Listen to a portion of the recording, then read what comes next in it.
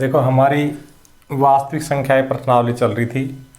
इस प्रश्नावली में यूक्लिड विभाजन प्रमेय है और यूक्लिड विभाजन प्रमेय से महत्तम समापवर्तक ज्ञात करना है। और उसकी तैयारी के लिए हम आज टॉपिक ले रहे हैं गुणनखंड। ये गुणनखंड दो प्रकार के होते हैं। एक तो सर्वसंभव गुणनखंड और एक अभाज्य गुणनखंड। सर्वसंभव गुणनखंड और दूसरे होते हैं अभाज्य गुणनखंड।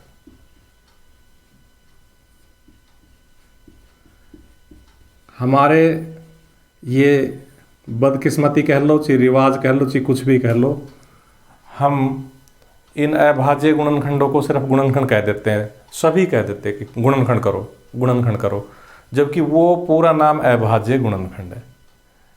ये सर्वसंभव गुणनखंड है और इसको केवल अगर गुणनखंड कह दे तो भी ये सही है। यानी कि कहना तो इसको गुणनखंड चाहिए और हम कह इसको गुणनखंड देते हैं। इसको हर बार अभाज्य गुणनखंड कहना चाहिए, जबकि ये सर्वसंभव गुणनखंड कह लो और चाहे केवल गुणनखंड कह लो। यानी कि इसकी जगह अगर सिर्फ गुणनखंड लिखा आ जाए तो इसका अर्थ ये वाला गुणनखंड है, न कि वो वाला। इसकी जगह अगर ये आ जाए तो ये सही है। ये तो पूरा ही लिखना चाहिए अभाज्य गुणनखंड, जबकि हम आम बोलचाल में सभी अध्यापक इसको गुणनखंड बोलते हैं, जबकि ये वास्तव में अभाज्य गुणनखंड है। तो ये बात ध्यान देने की है। सर्वसंभव गुणनखंड या गुणनखंड क्या होते हैं, तो इसका एक एग्जाम्पल ले लेते हैं। जैसे हमने एग्जाम्पल लिया 40, तो 40 के सर्वसंभव गुणनखंड या 40 के गुणनखंड। सर्वसंभव गुणनखंड और गुणनखंड एक ही बात है। तो 40 के सर्वसंभव गुणनखंड क्या हो, जिस संख्या का 40 में भाग जा रहा है वो संख्या 40 के गुणनखंड हो जाएंगे सर्वसंभव। जैसे 1 का भाग जा रहा है तो 1, 2 का भाग जा रहा है तो 2, 3 का भाग नहीं जा रहा 40 में, 4 का भाग जा रहा है तो 4, 5 का भाग जा रहा है 5, फिर 6 का भाग नहीं जा रहा 40 में, 7 का नहीं जा रहा, 8 का भाग जा रहा है तो 8, 9 का भाग नहीं जा रहा, फिर 10 का भाग जा रहा है तो 10, 11 का भाग नहीं जा रहा, 12 का नहीं जा रहा, 13 का नहीं जा रहा, 14 का नहीं जा रहा, 15 का नहीं जा रहा, 16 का नहीं जा रहा। इस प्रकार फिर 20 का जाएगा और फिर 40 का जाएगा। तो ये 40 के सर्वसंभव गुणनखंड हुए, ये ध्यान रखने की बात। उसके बाद आता है अभाज्य गुणनखंड।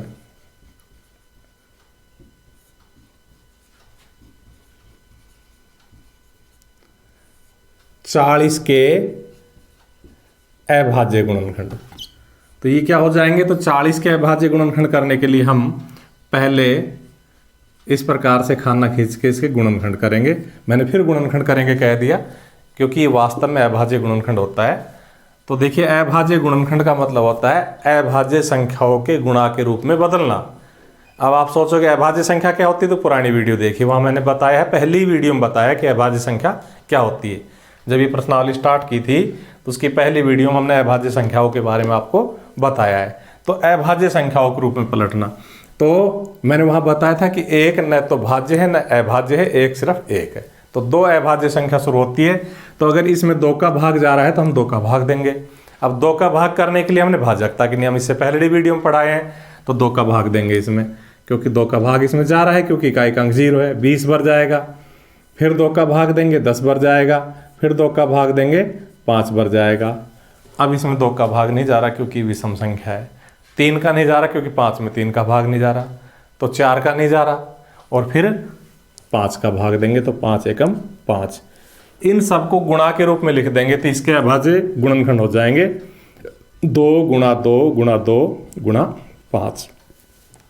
इस प्रकार से एक ही संख्या के हमने दोनों तरह के गुणनखंड बताए कि 40 के सर्वसंभव गुणनखंड या केवल गुणनखंड। तो ये होते हैं 1, 2, 4, 5, 8, 10, 20, 40। कैसे पता लगता है, इन सब का भाग जा रहा है इसमें, ऐसे पता लगेगा।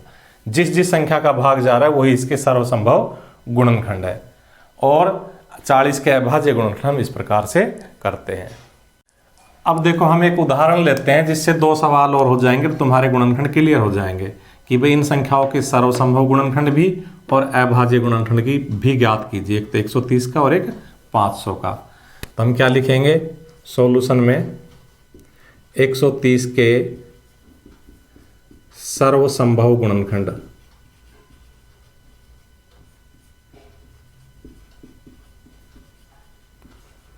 तो जिस भी संख्या का इसमें भाग जा रहा है वही इसके हो जाएंगे। तो 1, क्योंकि 1 का भाग हर संख्या में जाता है। 2, क्योंकि ये सम संख्या है, सम संख्या का भाग इसमें जाता है। नहीं, 2 का भाग जाता है क्योंकि 2 का भाग सम संख्या में जाता है। 3 का भाग चेक कर लो, 3 और 1 4, इनका जोड़ 4 हो रहा है, इसलिए 3 का भाग नहीं जाएगा। 4 का भाग नहीं जाएगा क्योंकि लास्ट के 2 अंकों में 30 में 4 का भाग नहीं जा रहा। 5 का भाग जाएगा क्योंकि इकाई अंक 0 है।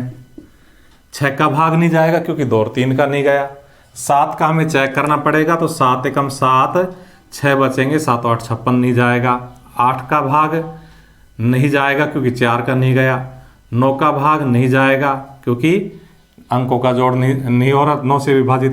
10 का भाग चला जाएगा।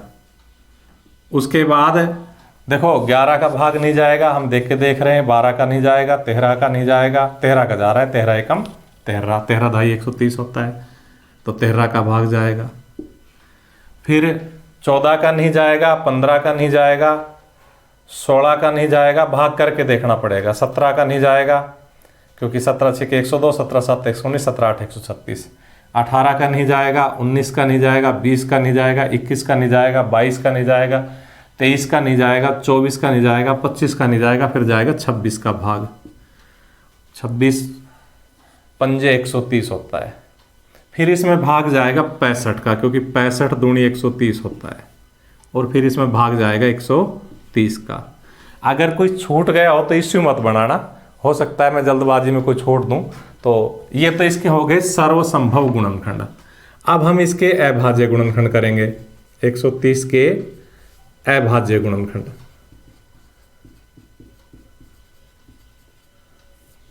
तो अभाज्य गुणनखंड करने के लिए हम 130 को इस प्रकार से लिखेंगे।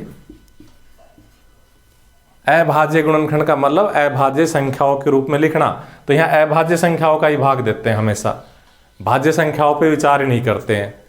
तो अभाज्य संख्या 2 है, 2 का भाग दे रहे हैं क्योंकि सम संख्या चला जाएगा 65। अब देखो अभाज्य संख्या 3 है क्योंकि 2 का भाग नहीं जा रहा ना अभी समय। जब तक 2 का भाग जाए हर बार 2 का चेक करते हैं। जब 2 का नहीं जाए तो फिर 3 का, 3 का नहीं जाए तो फिर 5 का। 4 को छोड़ दिया क्योंकि 4 भाज्य संख्या है, हमें अभाज्य संख्याओं का भाग देना। फिर 5 का नहीं जाए तो 6 का छोड़ देंगे क्योंकि 6 भाज्य संख्या है। 7 का नहीं जाए तो फिर 8 छोड़ देंगे, 9 छोड़ देंगे, 10 छोड़ देंगे क्योंकि 8 9 10 भाज्य संख्या है। फिर 11 का देंगे, फिर 12 छोड़ देंगे क्योंकि भाज्य है, फिर 13 का देंगे। अभाज्य गुणनखंड का मतलब यहाँ हम अभाज्य संख्याओं का भाग देते हैं। तो यहाँ 5 का भाग जा रहा है, 5 एकम 5, 1 बचेगा, 15 बनेगा, 5 तिया 15। इसके बाद 13 खुद अभाज्य संख्या है। हमेशा अभाज्य संख्या की पहचान करती उसमें 2 का, 3 का, 5 का, 7 का, 11 का भाग देने का प्रयास मत करो क्योंकि 13 खुद अभाज्य संख्या है। तो अब इसमें 13 का भाग दे देंगे, 13 एकम 13।